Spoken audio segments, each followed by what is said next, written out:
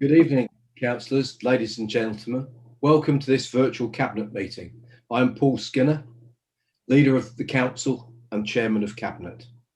Before the meeting starts, could I ask for a roll call to be taken of members and officers attending? Pippa, please. Thank you, Chair. I will call the other Cabinet members in alphabetical order. If you could please indicate your presence. Councillor Tracy Abbott. Present. Councillor Richard Austin. Present. Councillor Martin Griggs. Present. Councillor Jonathan Noble. Present. Councillor Yvonne Stevens. Present. And Councillor Nigel Walton. Present. There are also some officers attending tonight. Rob Barlow, Chief Executive. Present, Pippa. Deputy Chief Executive for Place and Monitoring Officer Michelle Sachs. Present. Thank you, Pippa. Section 151 Officer Adrian Sibley. Present. Assistant Director for Regulation Christian Allen. Good evening, present. Climate Change and Environment Manager Sarah Baker. Yeah, present. Accountancy Manager Tim Sampson. Present. And from Democratic Services, Jeanette Collier and myself. Thank you, Chairman. Present. Thank you. Thank you very much for that. Have I the Cabinet's permission to sign the minutes of the meeting held on the 27th of January 2021? If you have comments, please use the raise hand facility. If there are no comments, I will assume you're in agreement with me to sign the minutes.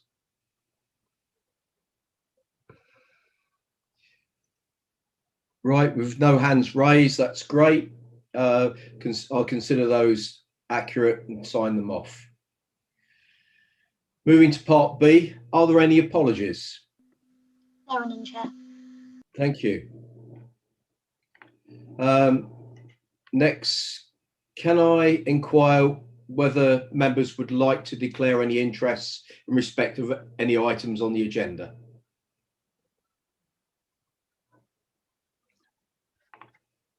Thank you. And we move on to D. Are there any questions from members of the public? Well, I know of one. Yeah, there is just one from Mr. Darren Abbott to Councillor Jonathan Noble. Thank you, Pippa. I'll read it out then. At the Cabinet meeting in May 2020, it was agreed to buy new cremators for the crematorium. These were delivered by the 1st of August 2020. Would Councillor Noble please confirm the new cremators were delivered and are in fact working and providing the town capacity to cope with the unprecedented circumstances we find ourselves in at the moment? Councillor Noble, please. Thank you. On the 20th of May 2020, the Council's Cabinet resolved to approve the purchase of a temporary replacement cremator, not cremators.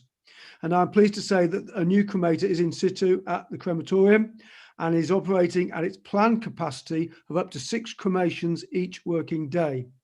I'm further pleased to be able to advise that rather than installing a temporary cremator, we were able to install a cremator that can remain in situ permanently for its lifetime. Installation did not, however, go without its challenges, and we are still working with our engineers to secure a permanent fluing solution so we can bring a further report that explains our longer term solution, including the potential addition of abatement. As agreed on the 20th of May 2020, scrutiny will be able to consider the report in advance of any recommendations to the Cabinet. As well as serving the town and wider borough, some 35% of the funerals that take place at the crematorium come to us from outside our borough. The new equipment we have does allow us to increase the number of cremations above planned capacity if required. And I'm sure everyone hopes that that will not be necessary. Meeting the needs and expectations of bereaved families is so important to us, and we're committed to offering a dignified and efficient service to all who have lost loved ones. Can't hear you, Councillor Skinner, you're on mute. Thank you, Jonathan. That's the first one for a while. Thank you, Councillor Noble. Mr. Abbott, has also submitted a supplementary question, which I'll read out. At the same meeting that it was agreed to purchase the new cremator, it was revealed that we still have 2 years worth of loan payments due on the old ones. Also, the council was still making payments for a maintenance contract, even though no maintenance was being carried out. Payments were being made for repairs that were not being done to a satisfactory level. The portfolio holder at the time promised a full investigation into the debacle. Could you please update us on all the progress of this investigation and when we could expect the findings of that investigation? Will you also confirm that the report will detail the amount of outstanding loan repayments along with the money wasted on maintenance contracts and poor repairs along the details with the officers responsible? Thank you, Jonathan. Thank you, Councillor Skinner. Thank you for your supplementary question, Mr. Abbott. There is no loan outstanding on the previous cremators.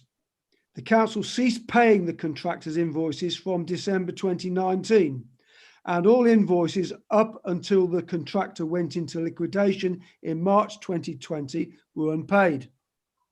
In total, a sum of £8,269.65 was withheld. In addition to this, a claim was filed to the liquidator for £13,987, the outcome of which is presently unknown.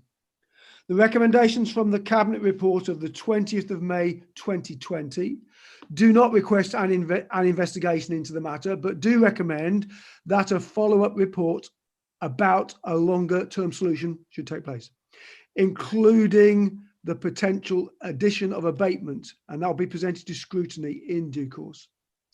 The Cabinet report itself contained financial detail regarding losses and expenditure on the former maintenance contract.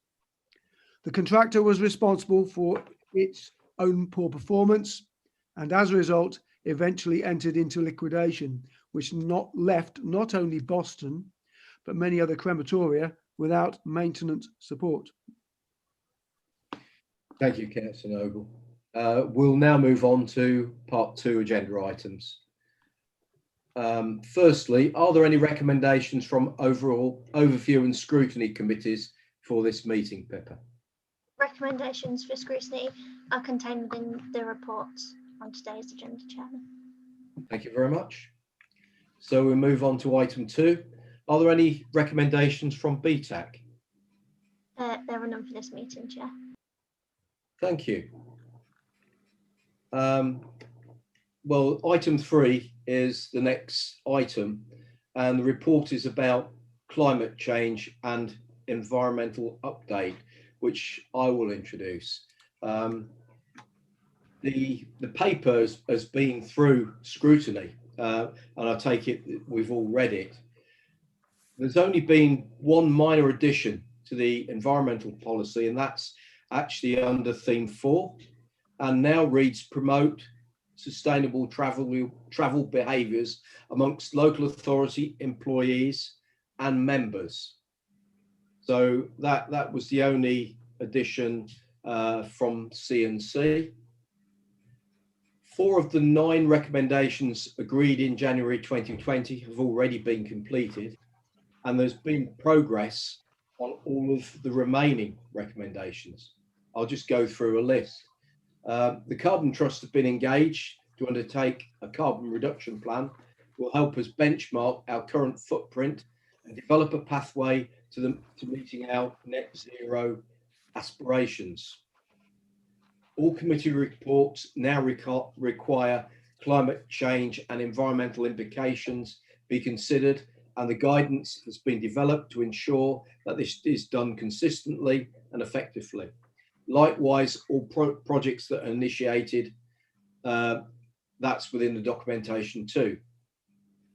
The government's green ambitions have already been seeing financial support being provided through different grant schemes, particularly via BEIS. BBC has been able to fund a feasibility study into carbon reduction opportunities at the municipal buildings and the St John's Depot via this, and further funding is anticipated to follow to support some of the other works. Need to continue to engage with our MP around this, however, and also the other civil servants, so that we apply for grants in a timely manner. Our new corporate strategy includes priority around environmental awareness and accountability. Work outlined in the report really covers how most of the outstanding recommendations will be addressed. Climate change strategy and assembly is planned for 2021, which I really welcome. And spring 2021 will provide an opportunity to consider moving to a green energy supplier. So lots of things that we're working on there. What I will say is that some of the technologies which will aid us along our way to carbon zero probably haven't even been invented yet. And it's quite an art to actually make sure that we do the very best within our value for money. But I will take any questions if there are any at this point.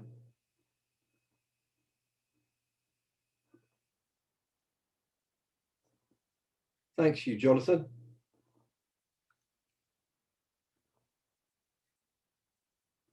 Thank you, Jonathan. Just unmuting. Thank you. Yes, my reservations of certain aspects of these proposals I've already articulated at a previous cabinet meeting, so I won't go into them. Would like clarification as to this. We have 3 new officer positions being created. One is a sustainable development officer, one's a sustainable housing officer, and the third is a climate change officer. Now, do I understand that that is going to require additional resources, or are certain existing members of staff going to be reallocated, repositioned, whatever, to cover those posts? Because I note that involving the carbon reduction plan is going to cost over 18,000 plus VAT. Thank you for that. I think I'll throw that one towards Chief Executive. Rob, could you like to comment, please? Yes, thank you, Leader. Yes, it's the redeployment of staff time through the efficiencies that we're creating through the strategic alliance. So there'll be no further cost to taxpayer. It's just a refocus. Thank you. Thank you for those reassurances. Any other questions? You did put your hand up, Richard. Was there anything you wanted to say? Yes, I'm sure most people in Boston will be very keen to make sure that we are doing what we can to help climate change issues. A lot of the actions depend on personal actions as well. And I just wonder whether we could encourage parish councils to discuss this and see what policies they can put in place to do it at their level. Thank you for that. I think the whole success of whether our policy works for the Borough of Boston will revolve around getting the whole community engaged, as well as our bit. I mean, our bit really is probably a small bit, but it really means that we need to get the message out. Would you like to say anything, Sarah? Not really a huge amount to add to that. I think you're absolutely right. We have a role to play in providing leadership, I think, to the wider community. So, and the Climate Change Assembly that was mentioned earlier will help to do that. And yeah, I think absolutely it's about getting everybody on board and helping to ensure that they've got the tools and the knowledge and the understanding. And if we can play a role in that and lead by example, then I think that's absolutely the right thing to do. Thank you. Martin next, please. Thank you, Mr. Chairman. Sarah stole most of my thunder there. I was just going to say, I'm looking forward to see the work that the Climate Change Assembly are able to do. And I think, it's a good time for the people of Boston. Lots of big organisations within the borough are starting to realise the importance of climate change and taking actions to mitigate carbon footprints. So I think the environmental agenda is really high on lots of organisations' radar, and that obviously means that hopefully the work that the Climate Assembly do will be paramount, and lots of people will be on board. So hopefully that should help it progress faster. Thank you. Thank you for that, Martin. I mean, obviously the government are driving their green agenda at the moment. Councillor Welton, sir. Thank you, Leader. I think it's probably been covered, but it is important to, emphasise this, that as the local authority, we have a moral obligation and responsibility to lead on these big projects. And if we didn't take this as seriously as it is, and the work that Sarah's done on this so far has been absolutely amazing, given the time frame that she's been working on it. And this is just the beginning of a change of direction and the beginning of a big project. So it might be something that we as a local authority take to heart and work very hard on. But as we've mentioned, the impact that we can have a local authority is minuscule in comparison to the impact that can be made by businesses, by the community, by transport, by all the things that run through our borough, work in our borough and run their businesses, and people as individuals. There are statistics thrown around all the time that if we change our heating boiler in our own house, it could be up to 40% of our carbon footprint changed. I'm sure Sarah's much more up to speed on the accurate figures on that, but everybody can play their part. And as a local authority, it's our duty to stand up at the front and say, this is where we think we should be going, and lead the way, and set an example for the whole community in which we represent to follow. Thank you. Thank you for that. Yvonne, please. Leader, I'm going to make a comment, if I might please, about the environmental policy. I think it's brilliant. I think the way it's been set out is absolutely brilliant. It's concise and it's catchy. But in theme 2, in mitigating and adapting to climate change, I'm bringing something to the table. We all know about it, but I'm going to raise it now because I feel it's appropriate. We need, next to the flood barrier, we need a lock to mitigate the chances of flooding. I know we've recently had some heavy rain, and I know it's been touch and go whether we got seriously flooded or not. Thankfully, we didn't. But this is something that if we are looking at the climate change, we need to be looking at a lock next to the barrier. Thank you, Leader. Thank you very much for that. I'm sure those that are concerned with opening and closing the barrier have got our best interests at heart. I know that they're about 96% on the Haven Banks projects as well. So they're about 96% complete. They would have been completed, but it's been so wet, and that's the other reason why we've had so much water. When the soil is waterlogged, it just runs straight in. But you're quite right, that is part of climate change, and we're not probably getting any more water. It's just how it comes that where the challenge is, and along the way we soon need to be treating water not as a problem but as a resource. So there's quite a few projects for Boston around that as well. But thank you very much, Councillor Stevens, for bringing that to the fore. Yes, Jonathan. Thank you, Paul. Yes, I'm just surprised that we have not included in this environment policy any tree planting. We own a fair bit of land in the borough, and that's something we could have done at very minimal cost. And yes, it would be a physical manifestation of our commitment to doing something about climate change. So I'm just sorry we haven't done that, and it could have been done, and it wouldn't cost us a lot. Thank you. I'm sure that's being looked at as part of the carbon management plan, and we will utilise what lands we have to greatest effect. I don't want to get Richard started because he quite likes the Woodland Trust bit, so he'll plant a few for us, I'm sure. So I'm just going to say the Cabinet recognises the recommendations are as follows: that the Cabinet recognises the progress we've already achieved in delivering 9 recommendations approved by full council in January 2020. That's really quite good, and supports the next steps outlined in the paper. And the Cabinet approves the adopting of the environmental policy. I'm quite happy to propose it. Do I have a seconder?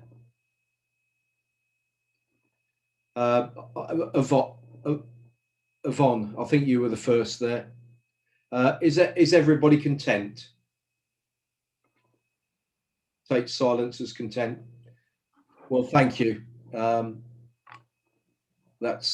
We'll move on to the vote then. Pippa, could you ask people to state whether they're for, against, or wish to abstain, please? Yes, thank you, Chair. Could members please state whether they are for, against, or wish to abstain? Councillor Tracy Abbott. For. Councillor Richard Austin, sorry.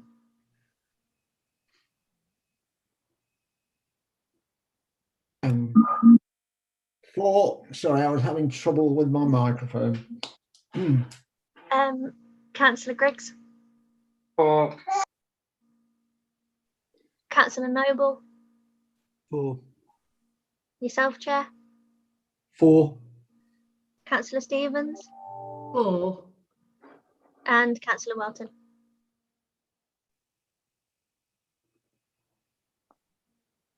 For. Thank you. Thank you. We now move on to item 4 on the agenda, and this report is the 2021-22 budget report, medium-term financial strategy and council tax, which Councillor Noble will present. Thank you, Jonathan. Thank you, Paul. First thing I'd say is that given the economic difficulties, both nationally and locally, that we've experienced as a result of the coronavirus pandemic and the subsequent lockdowns, the council's finances remain in a healthy position. So it gives me pleasure to present this draft budget report for financial year 21-22 and the medium-term financial strategy to 2026 to Cabinet. First of all, the proposed budget now shows a balanced position for 2021-22. Recent beneficial amendments have been made. Our council's proposed and proportionate share of next financial year's council tax increase is very modest, 2.57%. Now let's put that in context, because the police are planning to increase their preset by £15 and LCC, Lincolnshire County Council, by £26. So ours just under £5 is a very modest proportion. Our reserves remain healthy, about 13 million. We're actually going to increase the capital reserve by 581,000. We have a property fund mitigation reserve where we put profit from our property fund investments into that. And I can tell you that in December of 31st December 20, our gross income, investment return from the property funds, was 897,000. We also, of course, have a funding volatility reserve of over 2.5 million. Savings requirements for the following year are now only going to be 500,000, not 700,000, or as page 5 of the report suggests, 900,000. And that's as a result of full council support for PSPS's business offer. Strategic Alliance savings of 400,000 are built into next year's budget, 2021-22, and the council expects to make savings of another 200,000 in the following year. 36,000 has been set aside to adopt the Living Wage Foundation pay scale for our least well-paid workers. Now, the national minimum wage is £8.95. The Living Wage Foundation is £9.50 an hour, so that's a 6.15% increase, helping our less well-paid workers. £50,000 has been set aside to cover the internal drainage board's increase of their preset by 2.5%. So this is a recovery budget. Apart from the much publicised financial help, both this, our council, and local businesses have received from the government to compensate for losses suffered as a result of 3 national lockdowns. More recently, approximately 495,000 has been received from the Community Champions Community Cohesion Grant funding. Plus, we expect 50,000 of council hardship funding in the next financial year. And in addition to that, we expect a 25 million of Towns Fund monies in March.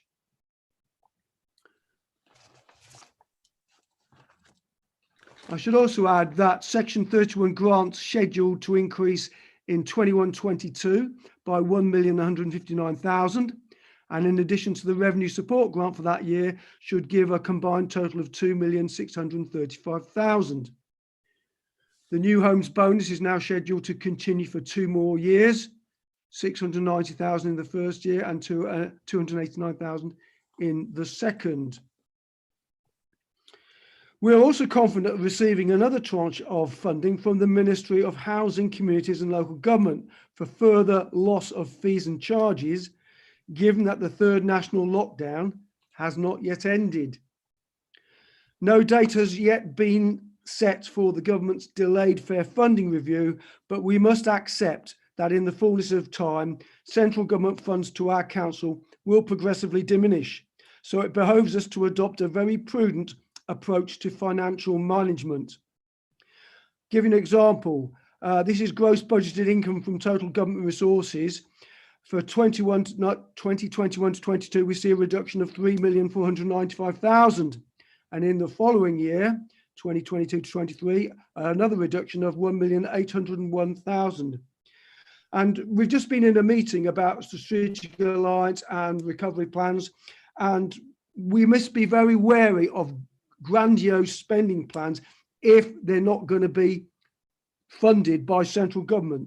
So we have to be very, very clear, because going forward, we do expect central government monies to us to progressively reduce. We have to be very careful. In 2021 to 22, our council will be part of a business rates pool across Lincolnshire, enabling us to retain additional resources. So to recapitulate, to go over the main points, the council is in a healthy financial position, and we will need to make savings in future years, but these can be achieved with continued careful financial management. So I commend this draft budget for the next financial year and the associated medium-term financial strategy to fellow cabinet members, and I'd like to move the recommendations, which we'll find on just after the introductory report, and they are that Cabinet recommends to full council the draft budget and medium-term projections, and a council tax increase of £4.95, which is 2.57%. And I'd look for a seconder for that proposal. Thank you. Thank you for that. I'm quite happy to second that, Councillor Noble. But I'll just ask if there's any questions before we take a vote.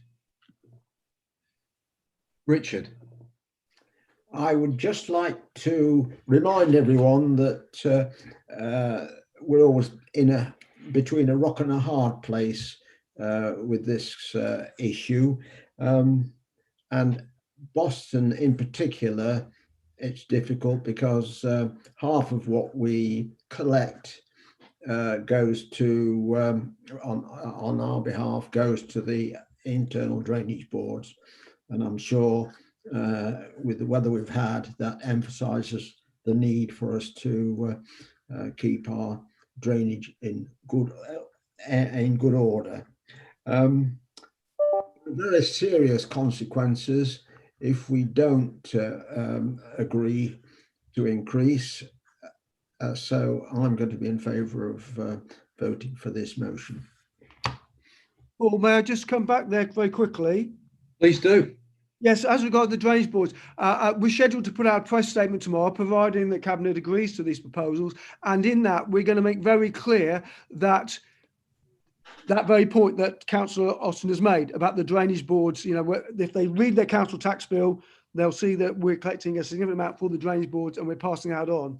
And also it will explain just how much the police and Lincolnshire County Council also want to increase their share of council tax. So I think it's really, really important. So, and stress that ours is really a very small proportion of the total bill, and we have to be prudent going forward for the reasons I've already outlined and explained. Thank you very much, Jonathan. Councillor Martin Griggs, please. Thank you, Mr. Chairman. Again, just a couple of points. Yeah, ideally, after the year we've had, I think every single one of us would like to freeze council tax, or better still, reduce it. But obviously, we know we can't, and the financial burden on the council is only going to get worse, as Councillor Noble's already alluded to.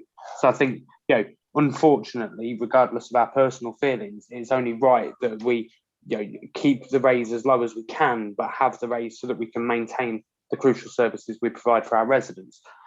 Just one other point, I am really happy that we're signing up to pay our lowest paid workers more money. I think, it's really easy for businesses to fall into the trap of, well, I pay minimum wage, it's fine.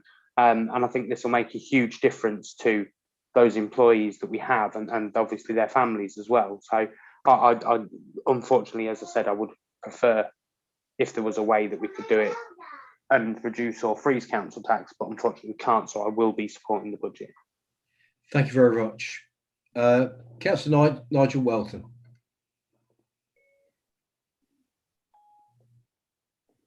Nigel, unmute. Sorry, I started coughing, so muted it. Didn't want to blow your eardrums out. I'm not sure if Councillor Noble mentioned it, and it misses me if he did, and I'm just making this up. But the paper that's going to Cabinet has different bits in it than the paper that's come here tonight. And is that because that the way our system works, that the papers for this meeting had to be done prior to the decision at the last council meeting? Is that correct? Yes, thank you. Good point. Yes, obviously, when these papers were drawn up, it was before full council agreed to accept PSPS's business proposal. Now, as a result of that, our required savings are less now than they were scheduled to be. I think in your paperwork, it's got 700,000, in fact, even 900,000 on page 5, where now we only require savings of requirement of 500,000. This is for the following. This is for 2022-23, not obviously the 21-22. Yeah, but so the amount of savings we require are less than they were because of the PSPS deal that we have accepted. Okay, thank you. I just didn't know if I had misheard or didn't hear that bit. Okay. Yeah. So, thank you. Let's hope the government are generous in their levelling up and long-term settlements. I know both Adrian and Tim would actually welcome a 2 or 3 year settlement instead of let's just have 12 months. It makes long-term budgeting extremely hard, and you have my deepest sympathy on that score. Yeah, just Paul, if I can just come in, just to show my appreciation for Adrian and for Tim for all the work they do in the background, and they're also very, very helpful when it comes to providing any kind of information, which I really appreciate. Thank you. Thank you very much. So it's been proposed, it's been seconded. Pippa, would you please ask the members whether they're for or against? Thank you, Chair. Yeah, same as before. Could members please state whether they are for, against, or wish to abstain from the vote? Councillor Tracy Abbott. For. Councillor Richard Austin. For. Councillor Martin Griggs. For. Councillor Jonathan Noble. For. Yourself, Chair. For. Councillor Ron Stevens. For. And Councillor Nigel Welton. For, and my microphone's on for a change. Thank you, Chair. Thank you very much, Pippa. Very, very well done. So that concludes this evening's business. So I will now close the meeting. Thanks everybody for your input. Take care. Bye-bye.